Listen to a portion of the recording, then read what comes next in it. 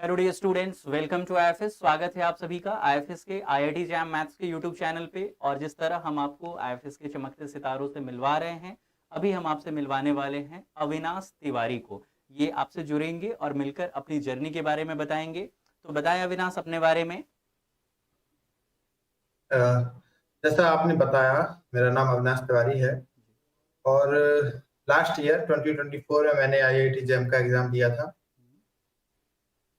जिसमें मैं क्वालिफाई भी हो गया और फिलहाल मैं आईआईटी भुवनेश्वर में एमएससी मैथमेटिक्स पढ़ाई कर रहा हूँ और ये मेरा सेकंड सेमेस्टर भी चल रहा है।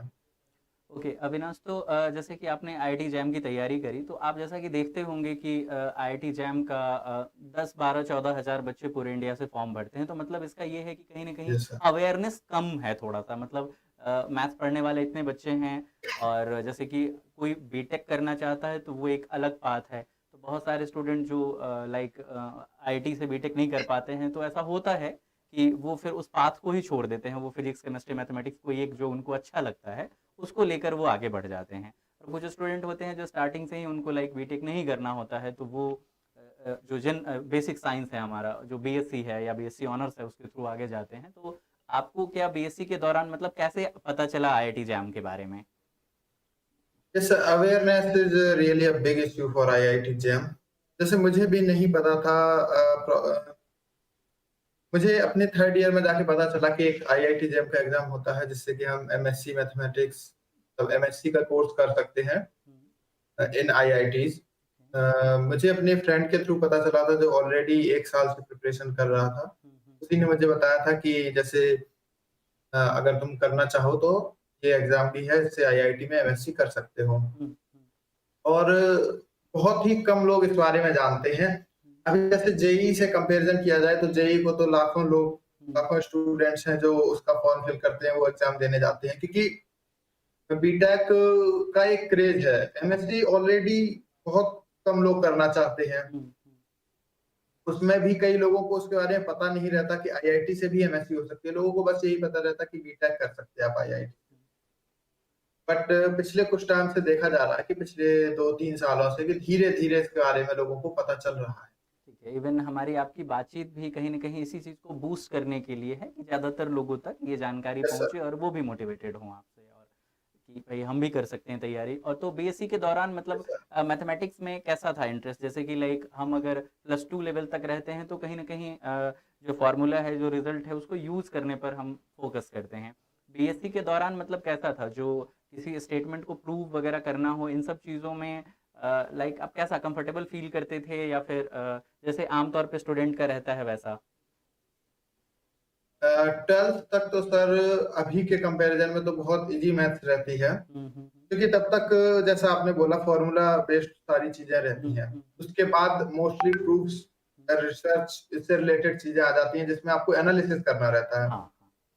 और एनालिसिस करना इजी नहीं है। हम्म, कोई भी एनालिसिस का कोर्स इजी तो बिल्कुल भी नहीं कहा जा सकता। हम्म, मैंने तो मैथमेटिक्स अपने जेनेरिक इलेक्टिव सब्जेक्ट के तौर पर पढ़ा था 2 इयर्स के लिए। हम्म, मैंने 3 इयर्स पढ़ा भी नहीं था, और वो भी मोस्टली मैंने इसीलिए पढ़ा था क्योंकि मुझे मैथ में इंटरेस्ट रहा है हमेशा से। ओके।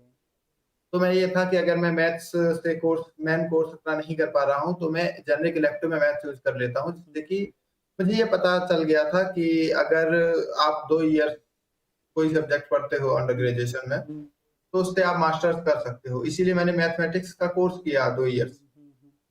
और एनालिसिस वाले सब्जेक्ट्स ऑब्वियसली थोड़े टफ रहते थे, बट अगर किसी को इंटरेस्ट है उस चीज में, मैथमेटिक्स में, वो थोड़ा सा अपने आप को उसमें अप्लाई करता है, उस पर थोड़ा सा विचार करता है, तो वो उसको कर लेगा। धीरे धीरे बेस अगर अपना बिल्ड करेगा वो, तो उसको बाद में चल के प्रॉब्लम नहीं होती है। जैसे 11th 12th में भी सेट थ्योरी रिलेटेड जो चैप्टर्स होते थे, मोस्टली टीचर्स उसको इसके मार देते हैं या थोड़ा सा कम अच्छे से पढ़ाते हैं। बट वही अगर अच्छे से पढ़ा जाए तो उससे बेस मजबूत हो जाता है, जिससे फिर उतनी प्रॉब्लम नहीं आती आगे चल के। उसी फाउंडेशन के साथ आगे जैसे एब्स्ट्रैक्ट अलजेब्रा जैसे यस। कोर्सेज हैं, तो उनको पढ़ने में मदद मिल यस जाती सर। है काफ़ी। Yes sir. ठीक है, तो बेसिकली अविनाश। उसके लिए आपका बेस फाउंडेशन मजबूत अगर होगी, तो स्टूडेंट्स उसको कर पाएंगे आसानी से, वो कोई प्रॉब्लम ज्यादा नहीं क्रिएट करेगा। ठीक है अविनाश, तो मेरा ये कहना है कि कोई स्टूडेंट मान लीजिए अभी बीएससी कर रहा हो और बीएससी में लाइक वो बहुत अच्छा परफॉर्म अभी नहीं कर पा रहा है, तो फिर भी क्या वो अगर सोचे कि नहीं मैं आईआईटी जैम क्वालिफाई करके और मास्टर्स के लिए आईआईटी में जाना चाहूँगा, तो क्या उनके लिए ये पॉसिबल है? बिल्कुल सर, जा सकता है, क्योंकि जैसा अभी बताया ना कि आईआईटी जैम का तो अभी एग्जाम ज्यादा लोगों को पता ही नहीं है, तो इसलिए उतना कंपटीशन भी इधर नहीं है। हुँ, तो हुँ, हुँ। ऑब्वियसली एक लेवल थोड़ा-सा इसका एग्जाम अपने आप नीचे आ जाता है हुँ, डिफिकल्टी में। हुँ, हुँ, हुँ, हुँ। तो स्टूडेंट्स को ये नहीं सोचना चाहिए कि इसका एग्जाम इतना आईआईटी में जाने के लिए है, तो इतना डिफिकल्ट एग्जाम होगा, मैं तो कर ही नहीं सकता हूँ। हुँ, ऐसा सोचना तो बिल्कुल गलत हो जाता है। स्टूडेंट्स, अगर कोई थोड़ा वीक भी है, हुँ, हुँ, उसका नहीं पढ़ने में उतना हो पा रहा है, तो भी अगर वो जाना चाहता है, उसका मतलब दिली हुँ, इच्छा है कि हुँ, हाँ, मैं जाना है, मेरे को जाना ही है। हुँ, हुँ। अपने अंदर वो कॉन्फिडेंस रखे और मेहनत करे, वो आसानी से जा सकता है। 6 मंथ से लेके 1 आइडियली ईयर। कितना टाइम चाहिए? 6 महीने, साल भर, 8 महीने? मतलब आपका क्या कहना है कि इतने दिन वो ईमानदारी से अगर करे तरीके से तैयारी तो हो जाएगा क्वालीफाई? अगर कोई वीक स्टूडेंट भी है, हुँ, तो हुँ, अगर वो 6 मंथ से लेके 1 ईयर तक प्रिपरेशन करता करता है, फ़ोकस के साथ, हुँ, हुँ, मतलब उसमें वो ये नहीं कर सकता कि मेरा आज मन नहीं है, तो मैंने आज पढ़ाई नहीं हुँ, की। हुँ, उसको हुँ, एक डिसिप्लिन में रहना होगा हुँ, हुँ। कि अगर मैंने अपना प्लान बनाया है, मेरे को 4 घंटे डेली पढ़ने हैं, तो फिर 4 घंटे डेली पढ़ने हैं। जो भी शेड्यूल अगर कुछ बनाया है उसको प्रॉब्लम ऑनेस्टली फॉलो करना है उनको, है ना? जी, जी, अगर वो ऐसा करता है, तो 6 मंथ से 1 ईयर की प्रिपरेशन के बीच में वो करता है, तो डेफिनिटली आईआईटी जा सकता है। अब ये डिपेंड करता है, अगर उसने 1 ईयर फ़ोकस के साथ किया, तो वो टॉप आईआईटी में जा सकता है, अगर थोड़ा कम किया है, तो थोड़ा कम बेटर आईआईटी में जा सकता है, लेकिन वो जा सकता है डेफिनिटली। ओके अविनाश। तो अभी जैसे कि आप सेकंड सेम में हैं, तो वहाँ पर वहाँ के एनवायरनमेंट के बारे में कुछ बताइए और वहाँ पर फिर जो आप अभी मास्टर्स कर रहे हैं तो कुछ स्टूडेंट इस उम्मीद के साथ मास्टर करते हैं कि उनको मास्टर्स के तुरंत बाद जॉब चाहिए। कुछ बच्चों का रहता है कि हमें एकेडमिक्स में ही रहना है। तो इन दोनों ही पर्सपेक्टिव से जी। अगर आप कुछ अपने जूनियर्स को बताना चाहेंगे तो बताएँ?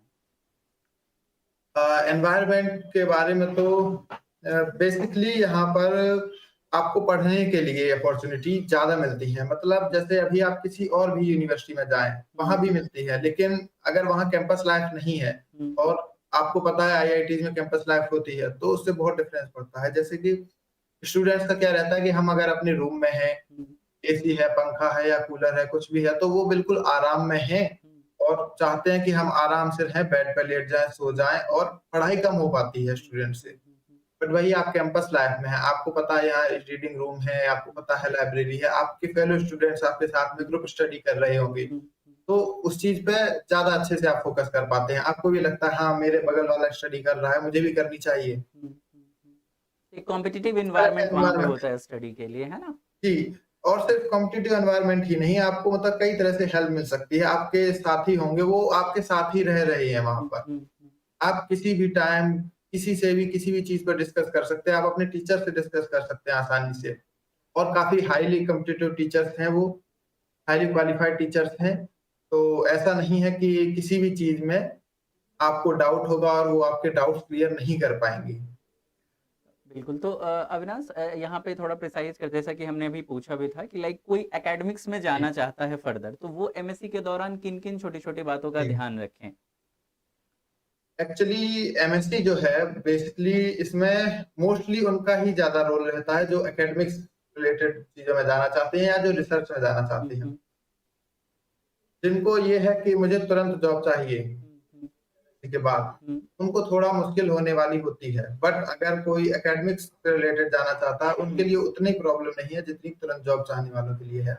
जैसे मोस्टली उन्हें ये चाहिए कि जैसा पहले कहा गया कि एनालिसिस रिलेटेड चीज़ों पे अपनी पकड़ बना के रखें वो। हुँ, हुँ, अपने बेस फाउंडेशन उन चीज़ों को मजबूत रखें वो हुँ, और इनसे डर के भागे नहीं। ये नहीं है कि अरे ये सब्जेक्ट मुझे टफ लग रहा है, हुँ, मुझे रियल एनालिसिस टफ लगता है तो मैं इसको इग्नोर कर देता हूँ, ऐसा ना करें। हुँ, हुँ, हुँ, हुँ, उस चीज़ पे पकड़ बनाने की कोशिश करें क्योंकि आप उसी चीज़ में आगे रिसर्च करना चाहते हैं या उसी चीज़ में आप आगे पढ़ाई करना चाहते हैं। हुँ, तो आगे और पढ़ाई कठिन होने वाली है। ऐसा नहीं है कि पीएचडी आसान हो जाएगी, हुँ, वो जी। और ज़्यादा दिक्कत करेगी। इसलिए बस इन चीज़ों का ख़्याल रखना चाहिए कि अगर आप पढ़ाई कर रहे हैं, तो किसी भी चीज़ से डर के भागे नहीं। अगर कोई चीज़ टफ लग रही हो, हुँ, तो उस चीज़ को अपने टीचर से डिस्कस करें, अपने साथियों से डिस्कस करें, अपने बेस को मजबूत करें उस एरिया में, उस सब्जेक्ट में। तो आगे चल के उन्हें एकेडमिक्स में काफ़ी ज़्यादा हेल्प मिलती है। ओके जैसे मान लीजिए कि एकेडमिक्स में अज्यूम करिए कि किसी बच्चे को नहीं ही जाना है फॉर एग्जांपल तो जैसे आईआईटीज़ में होता है जी, कि जो कैंपस सिलेक्शन का टाइम होता है तो उसमें सारे लोग बैठ सकते हैं उस कैंपस में, है ना? तो अब जी यहाँ पे है कि लाइक किसी को अगर एकेडमिक्स में ना जाकर अभी जो ट्रेंडिंग लाइक जैसे कि कोई डेटा साइंस का कोर्स हो गया या फिर किसी को कोडिंग वोडिंग करना है जो भी है, हेलो तो सर, उससे आपकी रिलेटेड आवाज़ थोड़ी स्लो आ रही है। मेरी आवाज़, हेलो हेलो थोड़ी स्लो आ रही है आपकी आवाज़। Hello hello hello. जी, अब क्लियर आ रही है सर। ठीक है, तो कोई स्टूडेंट अगर जो मेन एमएससी का कोर्स है वो तो कर ही रहा है, साथ में जी अगर कोई एडिशनल कोर्सेज वहाँ पे करना चाहे जिससे कि फर्दर जो वो जॉब करना चाहता है अदर देन एकेडमिक्स, तो वहाँ पे इस तरह के कोर्सेज अवेलेबल हैं, डिप्लोमा जैसे या शॉर्ट टर्म कोर्सेज जो कि बच्चा साथ में कर सके। जी, कुछ कोर्सेस करवाए जाते हैं एक्स्ट्रा बच्चों को कि अगर वो करना चाहते हैं तो वो कर सकते हैं, ऑप्शनल सब्जेक्ट्स भी मिलते हैं। और जिसको एकेडमिक्स में नहीं ही जाना है कि उसका ये क्लियर है मुझे कैंपस प्लेसमेंट लेना है, तो वो उन कोर्सेज को कर सकता है। नहीं तो वो अलग से भी कर सकता है। बेसिकली उसे अपनी स्किल्स को बेटर करना रहेगा, हाँ क्योंकि इसमें कॉलेज का उतना रोल नहीं रहता है। आप आईआईटी में आए हैं, इससे सबसे बड़ी सुविधा, सबसे बड़ी अपॉर्च्युनिटी ये मिलती है, आपके कैंपस में कंपनी जाती हैं। हाँ बट इससे ज़्यादा आपको इस बारे में कोई ज़्यादा हेल्प नहीं मिल सकती है, क्योंकि वो आपके ऊपर डिपेंड करता है कि आपकी कितनी अच्छी स्किल्स है, आपने कितनी अच्छी पढ़ाई की है। इसमें आईआईटी आपकी कुछ हेल्प नहीं कर सकता, वो बस आपको अपॉर्च्युनिटीज़ प्रोवाइड अगर करवाएगा। हम किसी बच्चे ने खुद से स्किल सेट डेवलप किए हैं जी, पैरेलली, जी। तो फिर वहां पे उस तो अपॉर्चुनिटी का लाभ ले सकता है वहां पर, है ना। जी, बिल्कुल, अगर उसने खुद से अपनी स्किल्स डेवलप की हैं या कॉलेज ने भी जो अपॉर्च्युनिटीज़ उसे प्रोवाइड करवाई हैं, जो एक्स्ट्रा कोर्सेज़ प्रोवाइड करवाए हैं, उसको उसने कर लिया है, तो उसका रिज़्यूमे स्ट्रॉन्ग होगा। तो जब कंपनीज़ आती हैं, तो काफ़ी ज़्यादा वो रहता है कि हाँ, मेरा हो जाएगा सिलेक्शन ठीक है, और आप बहुत अपॉर्च्युनिटी मिलती है, ये बात तो है। आपकी तो बच्चे जानकारी कर के सकते हैं कि कोई एकेडमिक्स में नहीं स्टूडेंट जाना तो। जिनका कि अच्छा खासा पैकेज रहा हो, इस तरीके की कुछ बात है आपकी जानकारी में। अ, हमारे प्रीवियस ईयर में भी कुछ सीनियर्स का हमारे का हुआ था। हम्म। किसी का रिसर्च में हुआ है या किसी का किसी जगह प्लेसमेंट हुआ है, तो अच्छा खासा पैकेज मिल जाता है। अभी बिल्कुल डिटेल्स वो शेयर नहीं करते, क्योंकि कोई भी अपनी डिटेल्स उतने ज़्यादा शेयर नहीं करना चाहता है। फिर भी हम बातचीत और करते हैं, एक क्योंकि रफ आइडिया तो रहता होगा ना। जी, अब ऐसा है कि अप्रॉक्सिमेटली समवन गॉट 10 लाख और अबाउट दैट।